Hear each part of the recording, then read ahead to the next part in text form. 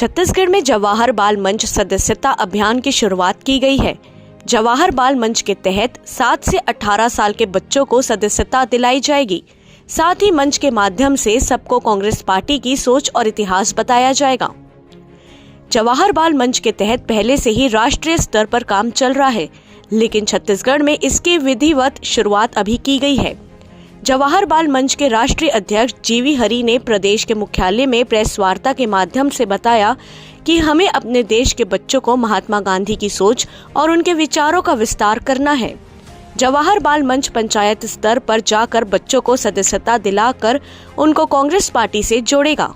जो ऐसी शिक्षा दे जो उस शिक्षा से लेकर लोगों को जोड़ने का काम करे, इसीलिए हमारा दायित्व और जिम्मेदारी है कि हम लोगों को जवाहर बाल के माध्यम से लोगों को जोड़ने वाली शिक्षा हम दें। ये हमारा उद्देश्य है। बच्चों को जो पढ़ाया जा रहा है वो वास्तविक इतिहास नहीं है आपका। देखिए, वास्तविक इतिहास है, मगर जिस ढंग से अभी इतिहास को बदलने की बात होती है, संविधान को बदलने की बात होती है, और जो हमारे नेताओं ने जो काम किया है, लोग कहते हैं कि जो कुछ तथाकथित लोग कहते हैं कि कांग्रेस पार्टी ने 70 साल में क्या किया।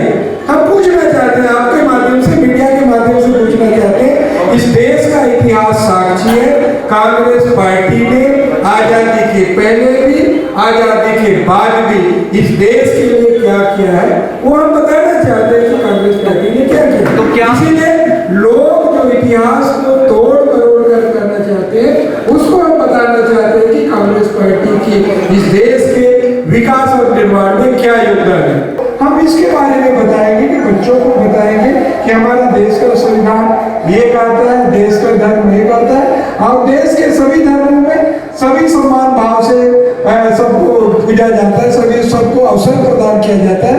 मगर जो सरकारें हैं केंद्र में जो सरकारें हैं, उन सरकारों ने तोड़ने का काम किया जाता है। इतिहास साक्षी है, इतिहास इस देश का गौरवशाली इतिहास है। इतिहास में सभी वेदों पुराणों से लेकर सभी, देखिए इस ढंग से संघ की विचारधारा है, आप सबको पता है। आज जो उनके मुख्यालय में 60-65 सालों तक देश का राष्ट्रीय झंडा तिरंगा नहीं फहराया, तो आप सोच सकते हो कि भारतीय जनता पार्टी और संघ का हिडन एजेंडा क्या है, उनका क्या विचारधारा है। इससे अब देश के लोग भी जानते हैं। आज लगातार दबाव में राष्ट्रीय स्वयंसेवक के जो मुख्यालय नागपुर में 65 सालों बाद राष्ट्रीय ध्वज फहराया जाता है, तो आप समझ सकते हैं जो उनकी क्या विचारधारा है। उस विचारधारा से